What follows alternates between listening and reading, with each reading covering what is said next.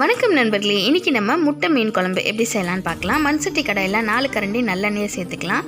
1 spoon கடுகுளுத்தம் பருப்பு, 1/4 spoon வெந்தயம் சேர்த்துக்கலாம். 1 ஸ்பூன் ஜீரகம் சேர்த்துக்கலாம். 4 பெரிய சைஸ் வெங்காயத்தை கட் பண்ணி வச்சுருக்கேன், அதையும் சேர்த்துக்கலாம். கொஞ்சமாக கருவேப்பிலை சேர்த்துக்கலாம். 10 பல் பூண்டை கட் பண்ணி வச்சுருக்கேன், அதையும் சேர்த்துக்கலாம். ஒரு 5 பச்சை மிளகாவையும் சேர்த்துக்கலாம். எல்லாத்தையும் சேர்த்து பொன்னிறமாக வதக்கிடலாம். 2 தக்காளியை கட் பண்ணி வச்சுருக்கேன், அதையும் சேர்த்துக்கலாம். தேவைக்கேற்ப கல்லுப்பு ஆட் பண்ணிக்கலாம். இந்த மாதிரி தொக்கு பதத்துக்கு நல்லா வதக்கி எடுத்துடலாம்.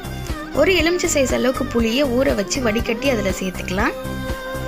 குழம்பு மிளகாய்த்தூள் காரத்துக்கு ஏற்ற மாதிரி சேர்த்துக்கலாம். ஒரு 4 டேபிள் ஸ்பூன் சேர்த்துக்கலாம். தேவைக்கேற்ப தண்ணி சேர்த்து நல்லா கிளறி விட்டுடலாம். மஞ்சத்தூள் மிளகாத்தூள் போட்டு மேரினேட் பண்ண மீன் துண்டுகளை குழம்பு நல்லா கொதித்து வரும்போது சேர்த்துக்கலாம். குழம்பு நல்லா திக்காக கொதித்து வரும்போது வேக வச்ச முட்டைகளையும் சேர்த்துக்கலாம். கடாயில் தாளிப்பு கொடுத்துடலாம். 2 கரண்டி எண்ணெய் சேர்த்துக்கலாம். சின்ன வெங்காயம், பூண்டு, காஞ்ச மிளகாய், கருவேப்பிலை எல்லாத்தையும் சேர்த்து நல்லா தாளித்து அந்த தாளிப்பை குழம்புல சேர்த்துடலாம். குழம்பு நல்லா திக்காக கொதித்து வரட்டும்.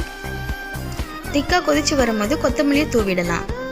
நம்மளோட முட்டை மீன் குழம்பு ரெடி.